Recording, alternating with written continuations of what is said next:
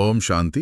प्यारे रूहानी भाई बहनों, आज 8 मई 1969 की बाप दादा की मधुर अव्यक्त वाणी की रिवीजन में आपका बहुत बहुत स्वागत है।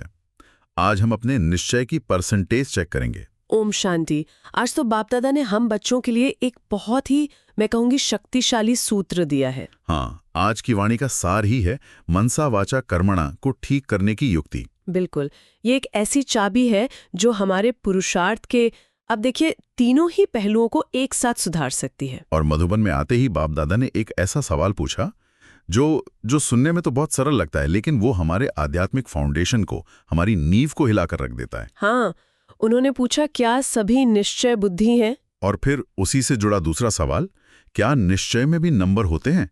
ये सवाल ही अपने आप में एक बहुत गहरी चेकिंग है। बिल्कुल, क्योंकि हम अक्सर अपने पुरुषार्थ को नंबर देते हैं। हम कहते हैं आज मेरी अवस्था 80% अच्छी थी, या आज पुरुषार्थ में थोड़ी कमी रह गई। जी, ये तो हम रोज ही करते हैं। और बाप दादा ने आते ही इस धारणा को स्पष्ट किया। उन्होंने कहा कि पुरुषार्थ की स्टेज में नंबर हो सकते हैं। कोई तीव्र पुरुषार्थी है, कोई साधारण है, ये ठीक है। हाँ, वो तो होता ही है। लेकिन निश्चय यानी फेथ, उसमें कोई परसेंटेज नंबर नहीं होता। ये एक बहुत महत्वपूर्ण चेकिंग पॉइंट है हम सभी के लिए। ये बात ही बहुत गहरी है। इसका मतलब, जो हम कभी कभी कह देते हैं कि मेरा 99.9% निश्चय तो है, बस थोड़ा सा कभी कभी मन हिल जाता है। हाँ, तो बाप दादा के अनुसार वो 99.9% भी निश्चय नहीं है। बाप दादा के अनुसार वो थोड़ा सा ही सब कुछ है। यहाँ का गणित दुनिया के गणित से बिल्कुल अलग है। मतलब निश्चय या तो होता है या नहीं होता, या तो 100% निश्चय है या फिर वो संशय है, भले ही वो 0.1% का ही क्यों ना हो। एक भी संकल्प, एक भी, अगर मनसा में संशय का एक भी संकल्प है तो उसे संशय बुद्धि ही कहेंगे। बीच का कोई रास्ता नहीं है। जैसे दूध के बड़े पतीले में नींबू का एक कतरा ही उसे फाड़ने के लिए काफी है। हाँ बिल्कुल। वैसे ही निश्चय की स्थिति में एक संशय का संकल्प उसे पूरी तरह खंडित कर देता है। बाप दादा ने यहाँ गणित को बहुत सीधा कर दिया है, 100 या 0। तो फिर ऐसे 100% निश्चय बुद्धि आत्मा की परख कैसे हो? क्योंकि बाहर से तो सभी एक जैसे ही दिखते हैं। बाप दादा ने इसकी क्या निशानी बताई? ये जाना इसलिए भी जरूरी है ताकि हम खुद को चेक कर सकें। हाँ, और बहुत सुंदर और प्रैक्टिकल निशानी बताई। बाप दादा ने एक मिलिट्री के निशानबाज का, एक स्नाइपर का उदाहरण दिया। अच्छा, निशानबाज? हाँ, जरा एक निशानबाज की तस्वीर अपने मन में लाइए। उसका पूरा ध्यान, उसकी पूरी वृत्ति और सबसे महत्वपूर्ण उसके नयन एक ही लक्ष्य पर टिके होते हैं। सही बात है। उसे आसपास की कोई हलचल प्रभावित नहीं कर सकती। बाप दादा ने कहा, वैसे ही निश्चय बुद्धि आत्मा के चेहरे और खासकर उनके नयनों से महसूस होगा कि उनका निशाना एक बिंदु पर टिका हुआ है। यानी वो हमें देखते हुए भी असल में हमारे पार कुछ और देख रहे होते हैं। सही पकड़ा। उनकी आंखों में दुनिया की बातें नहीं, बल्कि कोई और ही गहरा नशा या ठहराव होता है। बिल्कुल, उनके नैनों से ऐसा महसूस होगा जैसे देखते हुए भी कुछ और देख रहे हैं। उनके दृष्टि में एक विशेष नशा और ठहराव होगा, जैसे एक तीरंदाज या निशानबाज की स्थिति होती है, एकदम स्थिर। हाँ, अपने लक्ष्य के नशे में। बिल्कुल। बाप दादा ने एक बहुत गहरी बात कही कि उनकी दृष्टि से उनकी पूरी सृष्टि को जाना जा सकता है। दृष्टि से सृष्टि? हाँ, मतलब उनकी आंखों में जो दुनिया दिखाई देती है, शांति की, स्थिरता की, निश्चय की, वही उनकी आंतरिक दुनिया है। निशाना जरा भी हिल गया तो हार पक्की है ना? सही बात है। निश्चय बुद्धि का निशाना कभी हिलता नहीं, चाहे परिस्थितियां कितनी भी बड़ी क्यों ना हो। वाह, ये अवस्था पाना ही तो पुरुषार्थ का लक्ष्य है। लेकिन ये इतना ऊंचा लक्ष्य है कि केवल सोचने से तो होगा नहीं। इस अवस्था को पाने के लिए बाप दादा ने कोई प्रैक्टिकल टूल, कोई युक्ति भी दी होगी। वो 3 जादुई शब्द कौन से हैं जो हमारे मनसा, वाचा और कर्मणा तीनों को एक साथ ठीक कर सकते हैं? हाँ, और यही आज की वाणी का सार है। बाप दादा ने कहा कि अपनी पूरी स्थिति को ठीक करने के लिए, मतलब मनसा, वाचा, कर्मणा तीनों को ठीक करने के लिए सिर्फ 3 अक्षर याद रखने हैं। 3 अक्षर? ये 3 शब्द कोई नए नहीं है, लेकिन आज बाप दादा ने इनके आपसी कनेक्शन को उजागर किया है। वो 3 शब्द हैं, मनसा की शुद्धि के लिए निराकारी, वाचा की शुद्धि के लिए निरहंकारी, और कर्मणा की शुद्धि के लिए निर्विकारी। निराकारी, निरहंकारी और निर्विकारी। अब इसमें जो मुझे सबसे दिलचस्प लग रहा है वो ये है कि क्या इन तीनों पर हमें अलग अलग मेहनत करनी है या इनमें कोई एक मास्टर चाबी है जो बाकी दोनों दरवाजे खुद खोल देती है। यही तो सबसे खूबसूरत युक्ति है। बाप दादा ने स्पष्ट किया कि मेहनत सिर्फ एक पर करनी है। अच्छा, सिर्फ एक पर? हाँ, मूल फाउंडेशन जो जड़ है वो है निराकारी अवस्था। उन्होंने कहा कि जितना निराकारी स्थिति में रहेंगे, यानी जितना मैं आत्मा हूं, ये देह नहीं, इस स्मृति में टिकेंगे जी, उतना ही निरहंकारी और निर्विकारी स्वतः बन जाएंगे। अपने आप। अगर जड़ को पानी दिया तो पत्ते और फल अपने आप हरे भरे हो जाएंगे। यहाँ जड़ है निराकारी अवस्था का अभ्यास। इसे थोड़ा और खुलते हैं, ये कनेक्शन काम कैसे करता है? मतलब निराकारी होने से यानी खुद को आत्मा समझने से अहंकार और विकार कैसे खत्म हो जाते हैं? बहुत अच्छा सवाल है। आप देखिए, अहंकार का जन्म कहाँ से होता है? मैं से। और ये मैं कौन है? मैं फला इंसान हूँ, मेरा ये पद है, मेरा ये रूप है, मेरा ये ज्ञान है। ये सब कुछ देह और देह की दुनिया से जुड़ा है। सही बात है।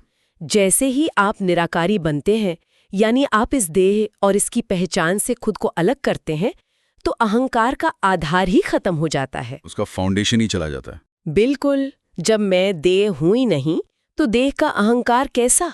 और जहां अहंकार नहीं होता, वहां विकारों की कोई बदबू ठहर ही नहीं सकती। क्रोध, लोभ, मोह, ये सब अहंकार के ही तो बच्चे हैं। हाँ, उसी से निकलते हैं सब। मूल कारण देहा अभिमान है जो अहंकार को जन्म देता है, और अहंकार विकारों को अपनी ओर खींचता है। निराकारी बनते ही ये पूरी चेन टूट जाती है। इसे एक परिस्थिति में रखकर देखते हैं ताकि ये और भी स्पष्ट हो जाए। हाँ बिल्कुल। मान लीजिए भरी सभा में कोई हमारा अपमान करता है, कुछ कड़वे शब्द बोलता है। उस वक्त एक आम इंसान की प्रतिक्रिया क्या होगी? गुस्सा, दुख, बदला लेने की भावना। जी। उस क्षण में इस 3 शब्दों के फॉर्मूले को कैसे इस्तेमाल करें? उस क्षण में ही तो असली परीक्षा है।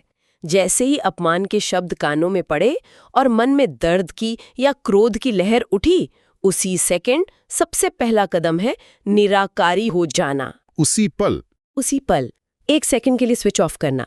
एक संकल्प, मैं ये देह नहीं, मैं एक शांत स्वरूप आत्मा हूँ। ये शब्द इस शरीर के लिए है, इस नाम के लिए है, मेरे लिए नहीं। वाह! जैसे ही आप इस निराकारी स्थिति में टिकते हैं, तो अपमान महसूस करने वाला अहंकार ही नहीं रहता। जब मैं देह हूं ही नहीं, तो अपमान किसका? सही बात है। और जहां अहंकार नहीं, वहां क्रोध रूपी विकार की अग्नि भड़क ही नहीं सकती। समस्या जड़ से समाप्त हो जाती है। ये दमन नहीं है, ये रूपांतरण है। मतलब ये एक तरह का आध्यात्मिक सर्किट ब्रेकर है। क्या बात है, बहुत अच्छा शब्द है। जैसे ही नेगेटिव करंट आता है, निराकारी अवस्था का अभ्यास उस सर्किट को ब्रेक कर देता है और हमारे आंतरिक सिस्टम को जलने से बचा लेता है। एकदम सही। निराकारी बनना उस स्विच को बंद करने जैसा है जिससे ये सारा नेगेटिव सर्किट चलता है। बाप दादा कहते हैं कि देवताओं का सबूत भी यही वाचा और कर्मणा है। अच्छा? वो स्वाभाविक रूप से निरहंकारी और निर्विकारी होते हैं, और उनकी यह अवस्था उनके निरंतर आत्मिक यानी निराकारी स्वरूप में स्थित रहने से ही आती है। वो देह में रहते हुए भी देह से न्यारे हैं। और इतना ऊंचा पुरुषार्थ करने का कोई इनाम भी तो होगा। बाप दादा हमेशा पुरुषार्थ के साथ साथ प्राप्ति का भी अनुभव कराते हैं।